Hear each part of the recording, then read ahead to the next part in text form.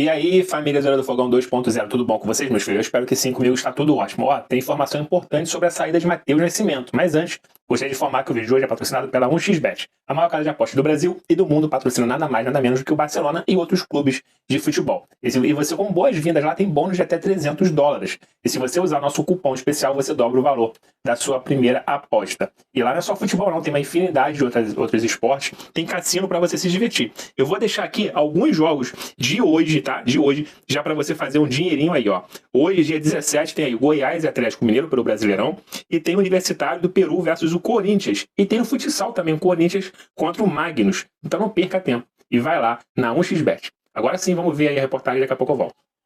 Fogão, o líder continua dando show no Brasileirão. O Botafogo venceu o Bragantino e aumentou ainda mais aí a vantagem na ponta. A reportagem é da Alcilene Brito. Fala, Alci. Noite de despedida do interino e com expectativa do novo técnico do Alvinegro, que deixa os botafoguenses animados. A esperança é essa, a esperança da torcida é essa, né? Que o Castro desenvolveu um papel fundamental pra gente nessa SAF aí, junto com o técnico. E agora a esperança do novo técnico é que ele continue no processo, né? Jogar em casa tem sido cada vez mais fácil para o Botafogo, e com o apoio de sua torcida que tem ido com força apoiar o time. E não é à toa que o Glorioso tem sua melhor média de público nos últimos 12 anos no Campeonato Brasileiro. O Botafogo agora vive um outro nível, né? É esquecer tudo que passou e agora é um novo momento, é só... Ó, míssil subiu, não desce mais e vamos pra frente, né? E para o jogo já tinha quem arriscava quem iria fazer o gol. Vai, dança! Mas ainda não foi desta vez. O árbitro apita e o jogo começa agitado. A primeira chegada do Botafogo foi com Tiquinho Soares, lançando forte e levando perigo ao gol do Bragantino. Massa Bruta responde, Eduardo Sacha arrisca e a bola vai para escanteio após desviar em Marlon. Aí é a vez de Luiz Henrique finalizar no canto esquerdo do gol e quase deixar o dele. Arrancada do Júnior Santos e passa para a área. E Eduardo fica livre e solta a bomba para balançar o travessão. Chegada do Bragantino. Depois de cobrança de falta, a bola fica com o Eric, que dá para Juninho Capixaba mandar e PR defender. Tiquinho Soares aparece e solta para o fundo do gol, mas o árbitro anula. A segunda etapa recomeça com mais emoção. O Bragantino vem forte. Bruninho aproveita a oportunidade e manda em cima de PR, que faz bela defesa. Mas aí, os donos da casa mostram que não é à toa que estão no topo. A jogada começa com Cuesta e lança nas costas da defesa do goleiro do Braga, que se enrola. A bola fica com Tietê, que deixa para Eduardo jogar para o fundo da rede. 1-0 Fogão. Tietê no contra-ataque, a bola acaba sobrando para Di Plácido fazer um belo gol. O primeiro dele com a camisa alvinegra e o 700 do Nilton Santos. O Massa Bruta não desistiu. Com a boa chegada de Sorriso, que tenta, e Marçal é quem salva. O Braga coloca pressão, tenta, mas parava na defesa alvinegra, que não decepcionou os mais de 37 mil presentes. O Botafogo mostrou que está cada vez mais difícil superar o time jogando em casa e manteve 100% de aproveitamento aqui no Nilton Santos. Já são 8 vitórias em 8 partidas disputadas. Estamos muy felices, el equipo la verdad está jugando muy bien, nos hicimos muy fuerte aquí en nuestro estadio, con nuestra torcida.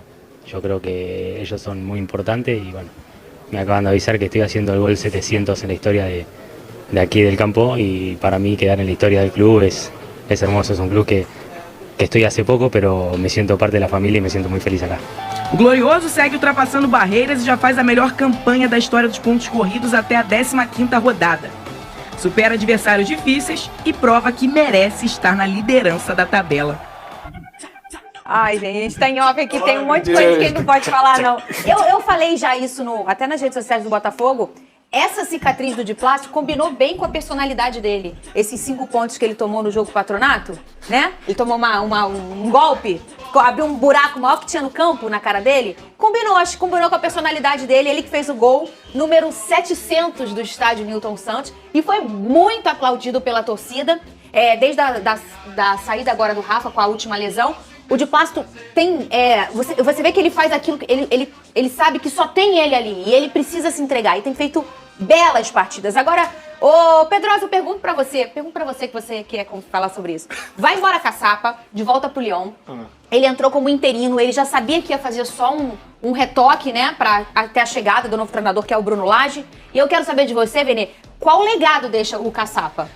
Boa pergunta, Fernanda Maia, porque assim, foram poucos jogos, se a gente for parar e analisar. Eu acho que o maior legado que o Caçapa deixa é a manutenção da confiança dos jogadores. São 4 jogos, 4 vitórias, 0 gols sofridos e 8 gols marcados. Ou seja, 4 jogos vencendo por 2-0. Isso aí. E assim, eu acho que a manutenção da confiança dos jogadores é o principal legado do Caçapa.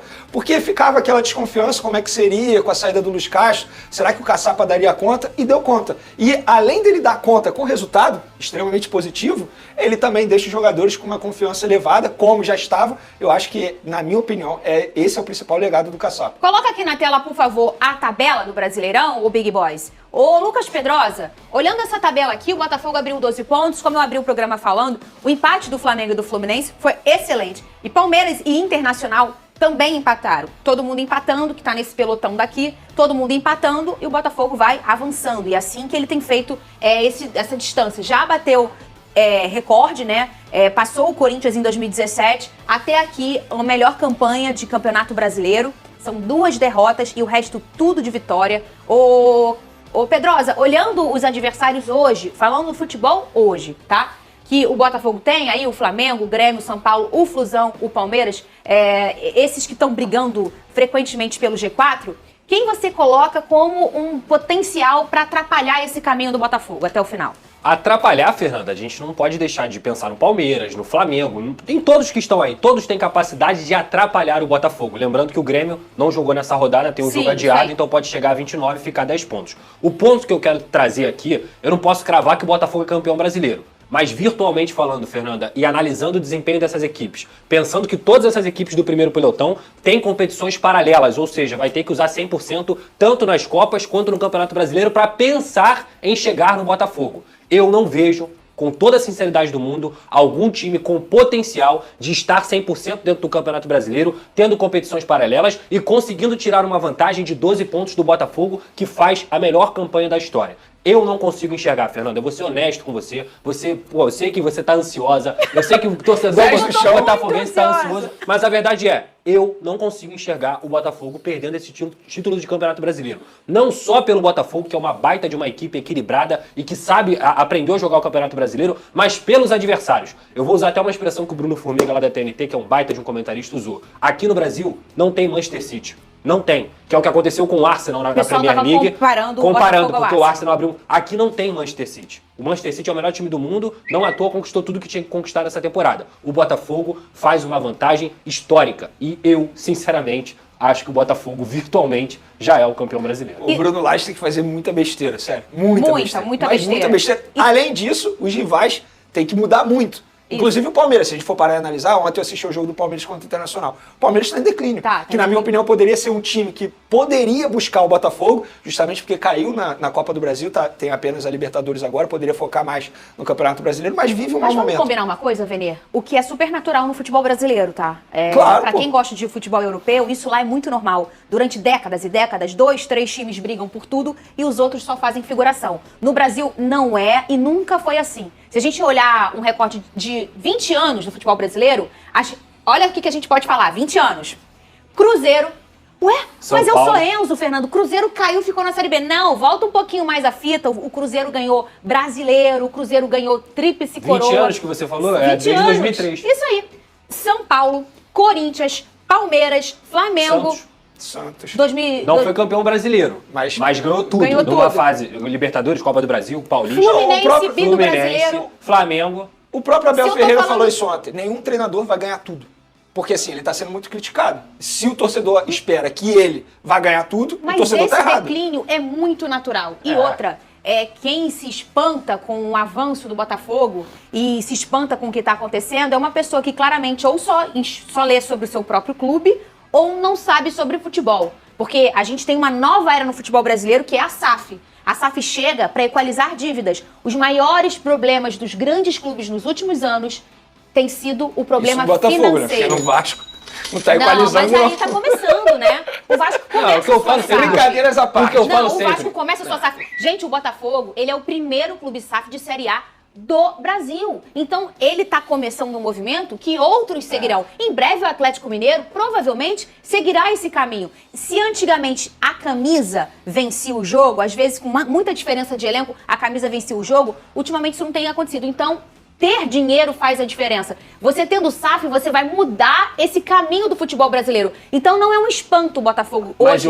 Mas olha só, a bola que eu vou levantar aqui, não sei se vocês vão concordar comigo. O que espanta foi a forma como o Botafogo mudou tão rápido, assim, da água para o fim. Porque quando começou o Campeonato Brasileiro, a gente não colocava o Botafogo como candidato ao título.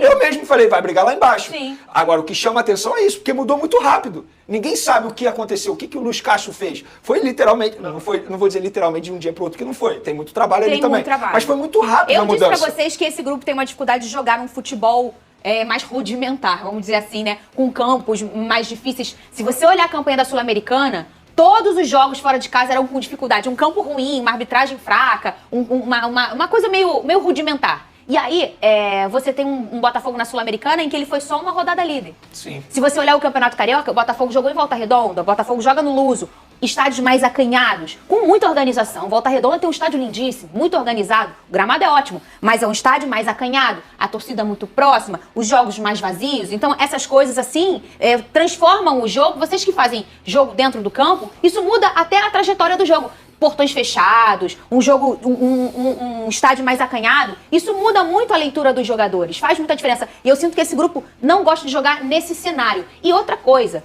o que se transformou, o que se transforma a cada dia, esse grupo do Botafogo aqui, e eu falo sempre aqui, eu trabalho no Botafogo há 14 anos, esse é um dos elencos mais unidos que eu já acompanhei. Eles são muito amigos. E quando fala família Botafogo, Pedrosa, porque de fato eles se encaram desse jeito. Eu acho que explicar o Botafogo a gente vai ter que ficar aqui o programa inteiro, Perfeito. Tá? Porque são muitas e muitas questões. Primeiro, exemplo, vai comparar a SAF do Botafogo com a do Vasco. O Botafogo está indo para sua quarta janela de SAF. Aí. Isso faz muita diferença. O Botafogo tem um dono que a todo momento está perto do clube, perto dos torcedores e se importa com o produto que ele comprou. O Botafogo tem um mapeamento de scout, uma equipe de scout extremamente competente, junto com o diretor de futebol, que durante toda a sua carreira nunca teve recurso para trabalhar, que é o André Mazuco, e que está tendo a oportunidade de ter recurso para trabalhar, além de bons profissionais. Teve um técnico que foi mantido no momento de pressão e depois saiu, mas mesmo assim as ações do dono foram rápidas. E esses jogadores, repito, com um elenco extremamente equilibrado, abraçaram e foram abraçados pela torcida desde o ano passado. Além de isso, é claro, e eu não estou falando que ajuda porque é uma vantagem. Estou falando que ajuda para desempenhar o futebol que eles sabem jogar, que é um campo completamente perfeito e que o Botafogo utiliza muito bem.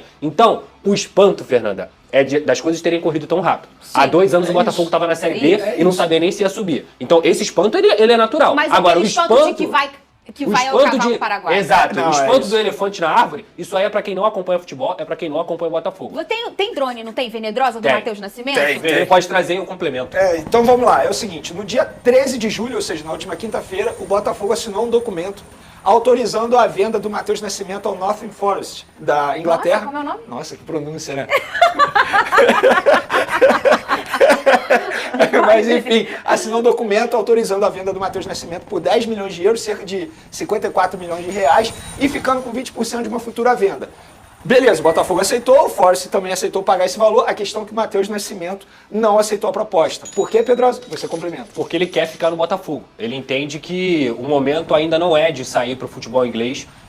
O Matheus é um cara que tem uma identificação muito grande com o Botafogo. Ele entende que ele tem muito a dar ainda e ele já falou isso, ele queria sair daqui do Botafogo com o título. Então ele tem uma oportunidade de ser campeão brasileiro. E aí essa resposta do Matheus, ela estava muito aberta, mas ele já falou que não quer ir. Se isso vai mudar, Fernanda, eu não sei, porque é uma grande proposta, Perfeito. Tá? É uma proposta excelente. Você acha que é boa? Sem dúvida alguma. 10 milhões de euros para um jogador que vai ganhar um salário maior do que ele já ganha no Botafogo, para ir para um clube que está se reestruturando dentro da Premier League. Para quem não sabe, o Nottingham Forest é bicampeão da Champions League e é um time que levou o Scarpa, que levou o Danilo, aqui do Palmeiras. Então, assim, pro Matheus seria um baita destino. Mas eu também respeito a decisão do atleta de querer ficar no Botafogo, de ganhar um título e quem sabe se valorizar. Então o momento é esse. Para ser justo, só trazer o lado do Botafogo, que o John Texon entrou em contato através de e-mail falando que ele tem um planejamento especial para o jogador também. Enfim, ele não quer fazer uma venda qualquer com o Matheus Nascimento, porque ele entende que o Matheus Nascimento é uma joia absurda do Alvinegro, o que eu concordo com o John Texon. E além disso, ele já disse, se comprometeu com a família.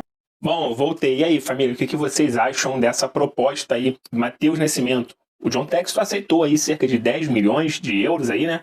Que daria 53, 54 milhões de reais. E o Matheus Nascimento até esse momento recusou a proposta. Ele quer ficar no Botafogo, ele que vem sendo pouco aproveitado, e querendo ou não, ele tá todo mês recebendo seu salário, que não é tão alto, mas também não é tão baixo. Eu vi que bastante torcedores do Botafogo preferiam que ele saísse, porque a oferta é muito boa, de mais de 50 milhões de reais. Outros acham que futuramente ele pode vir a valer mais. Quero saber a opinião de vocês. Vocês acham que Matheus Nascimento futuramente vai valer mais estando aqui no Botafogo? Deixa nos comentários que eu faço questão de ler. Matheus Nascimento pode estar pensando na carreira aí de futura seleção brasileira, ele que já participa da seleção brasileira sub-17, ele pode estar pensando no título do Campeonato Brasileiro, que vai alavancar ainda mais a carreira dele. Ou vocês acham que não, ele já ficou tempo demais como promessa, e essa é a maior proposta que o Botafogo recebeu por ele, então seria a hora ideal já dele partir e sair do Botafogo, até mesmo porque seria um dinheiro que entraria aí nos cofres do Botafogo e ajudaria demais em prováveis outras contratações. Deixa nos comentários aí que eu faço questão. Então é isso, o Botafogo vivendo esse momento mágico, 12 pontos à frente aí dos seus rivais, do seu vice-líder. Lembrando que a rodada de ontem foi muito boa, com o empate entre Flamengo e Fluminense em 0x0, e Palmeiras e Internacional também empataram em 0x0. Foi muito bom pro Botafogo, que abriu 12 pontos. Só faltou o Grêmio, que vai jogar ainda, tem um jogo a menos. Mas, de qualquer forma, hoje o Botafogo abre uma vantagem muito grande e agora se preparar para enfrentar aí o Patronato novamente. Pela Sul-Americana, jogando no estádio Newton Santos, o Botafogo pode perder até por um gol de diferença, e qualquer empate é do Fogão. Então é isso, galera. Gostou do vídeo? Então dá uma moral ao canal. Curta, compartilha, se inscreva aqui, adicione esse link toda vez que tem vídeo importante falando sobre o nosso Botafogo. Eu tô aqui pra falar com vocês, tá? Bom, por hoje é só. Fiquem todos bem, fiquem com Deus. Até a próxima. Fui!